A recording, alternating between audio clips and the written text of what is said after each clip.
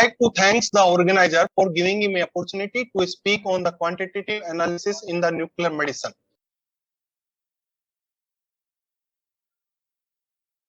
These are the type of quantitative value which can be extracted from the nuclear medicine. That is the counts, relative quantity quantification from the count ratio, activity concentration, percentage injected activity, functional and metabolical active volume, that is relative cardiac perfusion, brain metabolism, and standard uptake values. Why the quantification is needed in the nuclear medicine? It adds the accuracy of reporting, that is disease versus no disease, allow objective analysis of severity of disease and therapy response, help the inexperienced person to read reader by providing additional adjunct to visual analysis. Quantification can be affected by multiple factors, and understanding of these is crucial in order to avoid misinterpretation. The counts in planar single photon imaging, the number of photons detected by a scintillation camera as falling inside the defined acceptance energy window at a position corresponding to a pixel in the imaging are termed counts. In non-imaging measurement, a counter attached to a probe sums the number of photons detected in a time interval. For example, to obtain the cumulative activity in sentinel nodes and dosimetric study to obtain the cumulative activity over a time period. The number of counts in a certain area in the image is calculated for a region of interest or volume of interest defined by the user.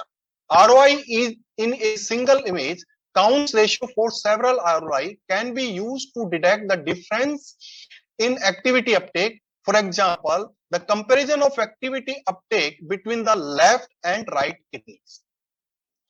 ROI over time, activity uptake over time, that is in the dynamic study, can be important in addressing the biokinetics of a particular organ or a tissue, for example, renal dynamic study.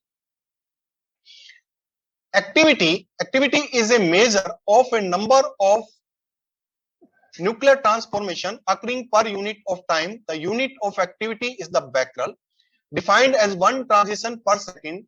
The older standard is Curie, is still in the common uses. The goal of quantitative nuclear medicine is to determine the absolute activity in a given volume, that is in the patient, organ, or a tumor, per unit volume by external measurement of the radiation emitted by the patient.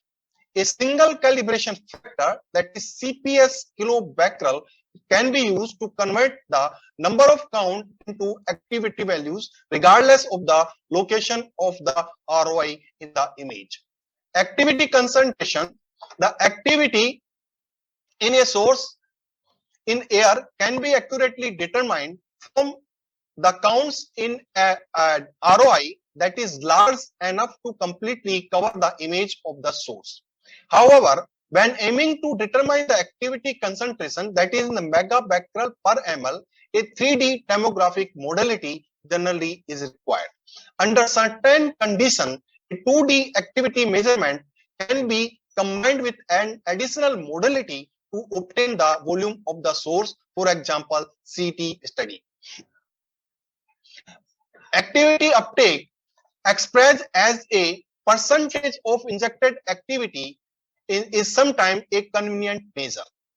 However, it is necessary to measure the residual activity such as the syringe and associated tubing after the administration and to correct for the physical decay. For example, is the thyroid probe where we are expressing the activity in the percentage.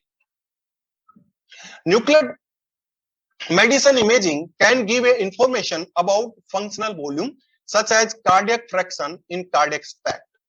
Functional volume, mostly end-systolic and diastolic and stroke volume in cardiac imaging, are indirectly estimated through activity measurement, assuming the measured signal intensity is proportional to the blood volume in the left ventricle cavity. In other words, measuring the such volume does not involve actual volume delineation. The accuracy of this functional volume estimate is thus direct related to accuracy of activity measurement. Nuclear medicine imaging also give the information about the metabolic active volumes or volume with impaired metabolism, such as tumor volume with increased metabolic activity in case of PET. So this is the CT and Fuse F18 FDG PET CT. Use a subcutaneous LAPC4CR tumor in a minute's xenograft model. The anatomic tumor volume was estimated by drawing a 3D ellipsoid around the visible tumor boundary on the CT images. The metabolic tumor volume was estimated by determining the volume of the anatomic tumor that had FDG uptake at least 70% of the maximum uptake within the tumor. Sometimes we are using two different modality to decide the patient diagnosis. Here you can see this is the MIBI SPECT study showing a perfusion defect in the cardiac wall here, which is not shown into the FDG PET. It means it shows that the FDG PET shows that there is a metabolic activity existing in this person, and this patient can be treated by using the medicine. This is the second example where it is showing a perfusion, less perfusion in the occipital lobe in case of dementia with Levy's body in PET, where in SPECT it is not showing. In the SPECT study, it is showing a perfusion, less perfusion in the temporal lobe in case of Alzheimer's disease, which is not showing in the SPECT study. In the PET, it is showing a posterior cingulate island sign in case of dementia with Levy's body, which is not shown in SPECT study. So how we can use two different modalities to diagnose the patient disease. SUV we are using to diagnose the disease and to monitor the therapy. The SUV is defined as the ratio of the tumor uptake, that is flow becquerel per ml, divided by the injected activity and normalized by the dilation volume. SUV is the dimensionless, and it allows to assess the uptake in a ROI irrespective of administered activity and the patient weight.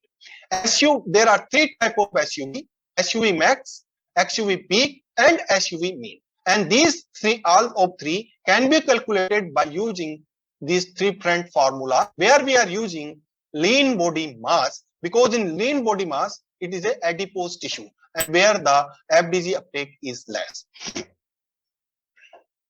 So how the SUV values help us to diagnose the disease. This is the example. This is the CA breast patient who came in our department after 2 years with headache complaint. So we performed the brain FDG scan, and we found a lesion in the brain, but simultaneously we found one more lesion in the lungs. SU values, how it helps to see the treatment response. This is the example where we can see it. This is a pre-treatment pressure imaging to predict the absorbed dose during the therapy, that is treatment planning.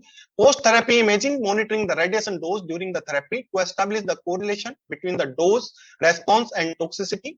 The SUV estimation in individual lesion helps to determine total tumor pressure concentration and clearance, enabling assessment of total tumor dose. This is the patient which is suffering from the liver metastasis and treated with the lutetium-177 dotatate.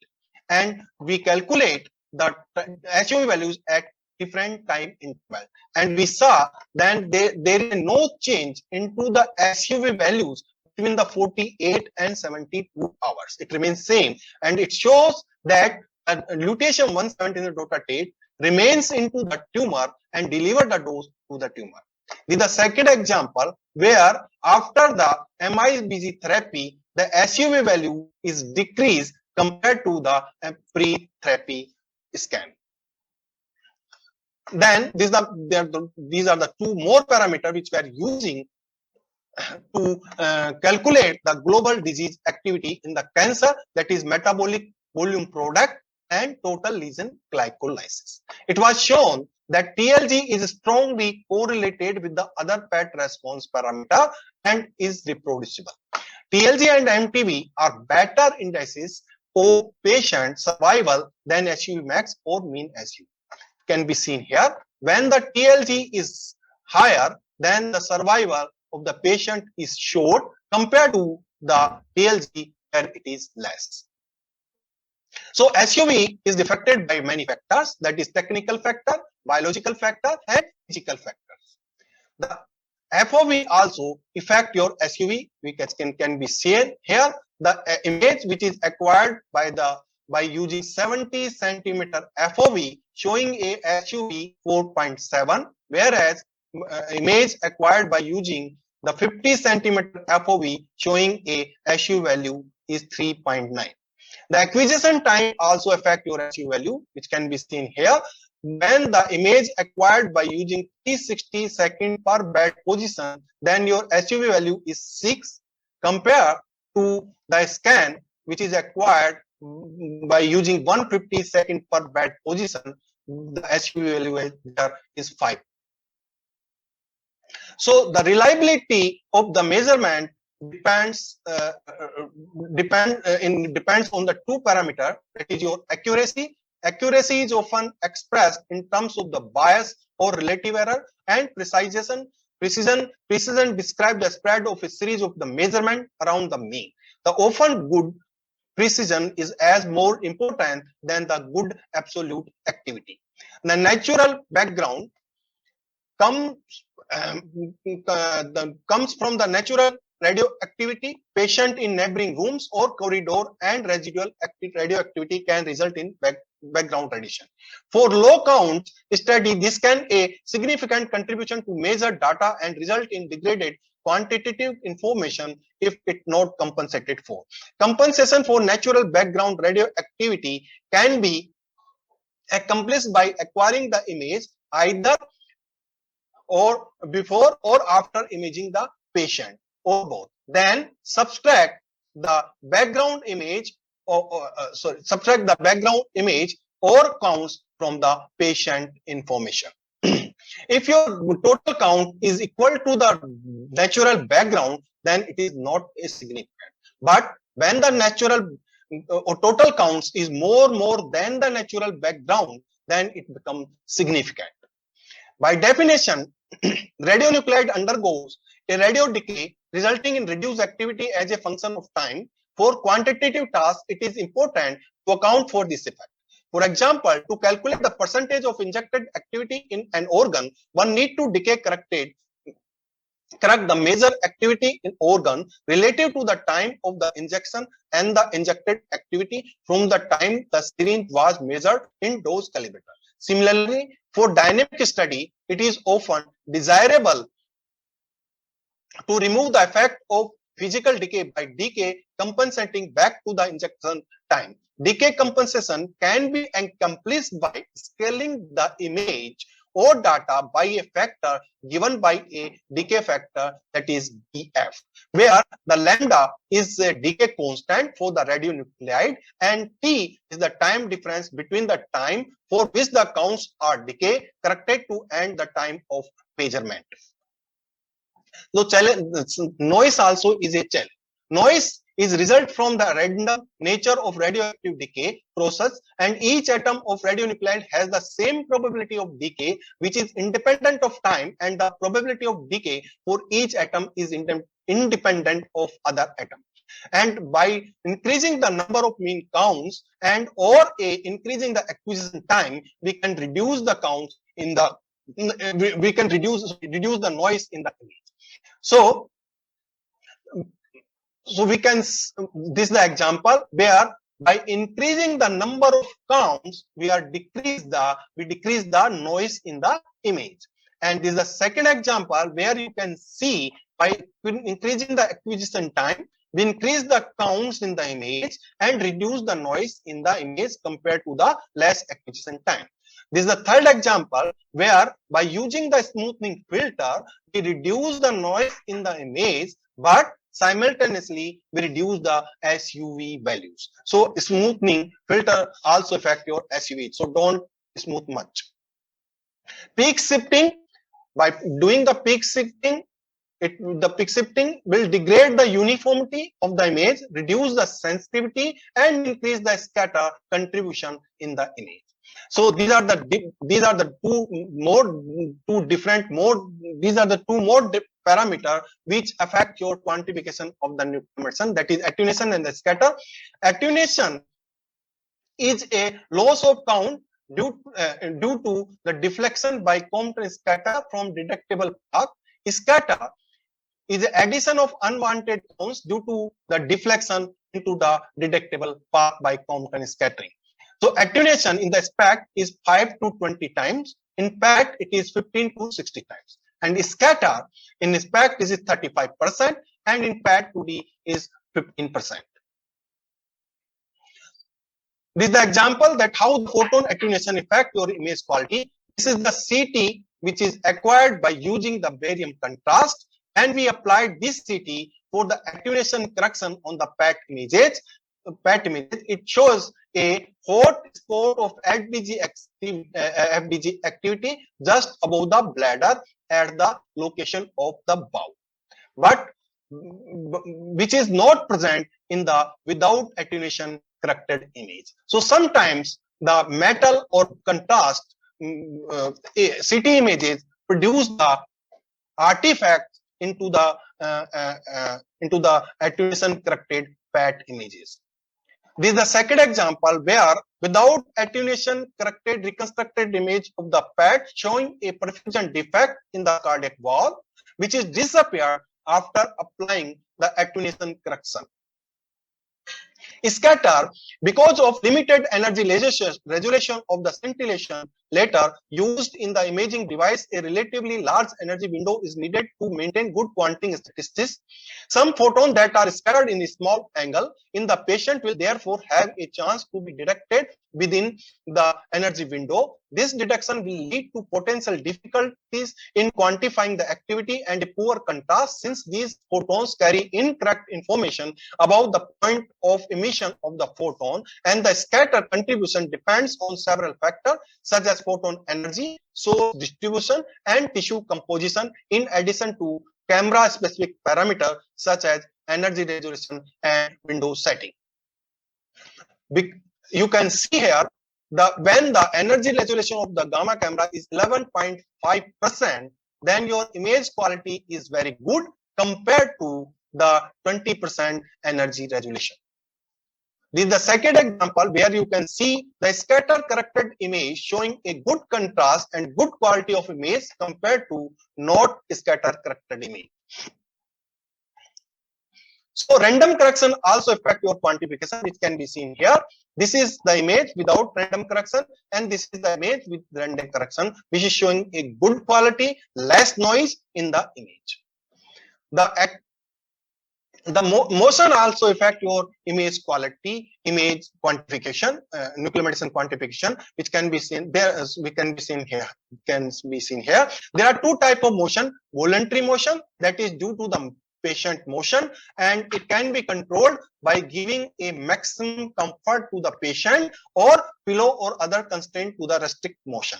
And you can see here this is the image which is without motion correction, and this is with motion correction. With motion correction showing a good quality compared to without motion correction. Second is the involuntary motion, that is because of the cardiac and respiration, and that can be rectified and that can be correct by using the respiratory gating, which can be seen here. With respiratory getting corrected, respiratory gating reconstructed image showing a higher SUV value compared to not corrected for the respiration motion.